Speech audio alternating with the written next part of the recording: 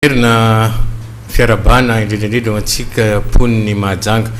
misy vaovao misy tranga miseho tokoa nanomboka tamin'ny moa izy io teto an-tampon-tanàna Mahajanga. Ny voalohany mikasika an'izay dia nisy société anankiray eto an-tampon-tanàna Mahajanga, société de pêche izy io izay mitrandraka ary manondrana ihany koa ny crevette any ivelany, fa nisy fahasimbany ny produit dia tsy maintsy potena ary nampiantso ireo tompon'andraikitra rehetrarehetra mahefa mikasika an'izany fanapotehana ny makamba izany zareo dia natao ny fanapotehana io tamin'ny Maly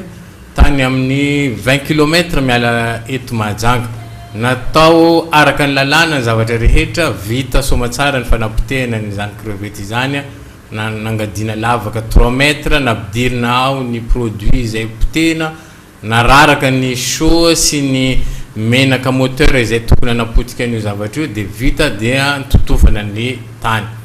Kanjo taty aoriana misy andian'olona tonga miaraka amin'ny taxi dia nangady indray mandeha le toerana namoaka an'ireo crevette sasantsasany izay azo alaina eo amin'ny 60 kg teo araka ny information voarenay, dia nentiny zareo sasana ary nentiny zareo havarotra amin'ny tsena eto an-tampon-tanàna Mahajanga. Dia nandray andraikitra avy hatrany satria misy informateur ihany koa zareo amin'ny direction élevage, dia nandray andraikitra avy hatrany zareo dia nitety an'ireny tsena reny ary nampitandrina ihany koa ny vahoaka Mahajanga ny directeur ny élevage tamin'ny télévision teto an-tanàna, dia nampilaza ihany koa zareo tompon'andraikitra rehetrarehetra.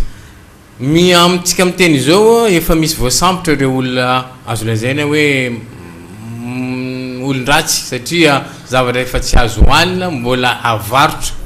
manimba tsena ny sasany zay zavatra zay, dia efa misy voasambotra amin'ny police économique ao moa ireo olona ireo anaovana enquête amin'izao fotoana izao. Ny zavatra tiana ao ambara fotsiny dia izao hoe tsy tokony ho variana antsika indrindrandrindra antsika mpanjifa mandeha bazary andeha vidy crevette na vidy akamba satria amin'izao fotoana izao manomboka miparitaka any ireo crevette sasany izay mbola voa tsy azo amin'izao fotoana izao, ka mamoaka an'izao karazana didy izao ho an'ny tompon'andraikitra rehetrarehetra izahay indrindrandrindra ho an'ny zareo avy amin'ny pêche sy ny miara-miasa aminy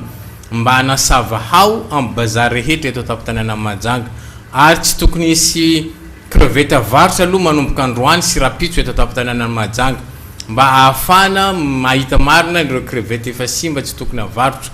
Ny crevette efa simba ireo moa maharitra 72 heures zay vao tena simba tanteraka. Zay zany zavatra ataonay zany amin'izao fotoana izao miaraka amin'ny tompon'andraikitra ny élevage ary ihany koa tompon'andraikitra ny société izay efa nandray an-tanana amin'ny réquisition amin'ireo crevette efa simba ireo.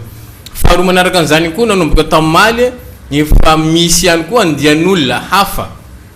na nampifangaro huile 10 zany hoe reny menaka fampiasana amin'ny moteur reny amin'ny menaka foanina nafangaro zareo dia iny navarotra eny amin'ny tsena any amin'ny épicerie isan-karazany, dia niteraka intoxication alimentaire zay zavatra zay eto am-tanàna Mahajanga. Efa maromaro ihany le olona amin'izao fotoana izao tratran'izay manatona ny tompo-pahasalamana amin'ny hôpitaly. Ke efa natao ny fanadiadiana miaraka amin'izareo amin'ny commerce ihany koa sy ny tompon'andraikitra hafa eo amin'ny faritra, dia tratra zany efa manomboka tratra le olona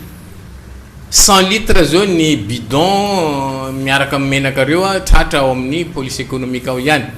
ary sorana zareo tena mandray andraikitra amin'izay zavatra zay. Efa natao manao enquête zany zareo mikasika an'le olona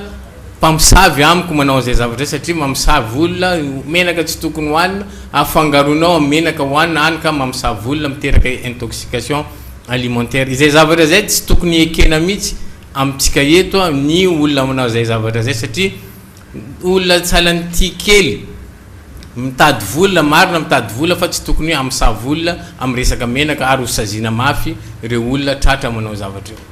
Efa niraisin'ny tompon'andraikitra daholo an-tanana ny fijerenandreo marary ireo, fa izay olona tratra indrindrandrindra izay tompon'le entana izay na mahafantatra tsara na mifangaro an'io zavatra io tsy maintsy sazina ary tsy maintsy hoentana amin'ny tribunal ampidirina any amin'ny fonjany satria amiko tsy tokony ekena zay zavatra zay. Mety sasany mety tsy mahay possible zay tsy mahafantatra ny zava-misy, fa izay olona tena azo lazaina hoe tompony zay hevitra ratsy zay tsy maintsy sazina zay zavatra na aty amin'ny crevette io na aty amin'io menaka io ihany koa. Mba ho antsika ponina majanga tokony melo ihany isika raha andeha bazary andeha vidy crevette satria rehefa nilazaiko teo hoe tsy tokony hisy fivarotana crevette androany sy rapitso eto an-tampon-tanàna Mahajanga mandrapia ahitana ny tena marina. Ho an'ny isika andeha vidy menaka jereo tsara menaka izay mifangaro zay satria raha jerenareo raha raisina io menaka io ny fofony efa fantapantatra hoe misy menaka mifangaro satria hitanareo any menaka ny moteur zany mahery ny fofony mora fantatra io raha ohatra ka mifangaro fa tokony melo. Ary ho an'ny grossiste ihany koa, grossiste manao antsoavo ihany koa zay ho an'ny grossiste arainay maso manomboka zao reo grossiste manao mikasika mivarotra menaka reo so de mialatsiny raha tena zay so de complice am'izay zavatra zay indrindrindrindra ho an'ny détaillant misy fanaraha-maso tsy maintsy atao manomboka zao miaraka amin'ny tompony ndraiky mpanjakana amin'ny toeram-pivarotana maromaro eto an-tampon-tanàna Mahajanga.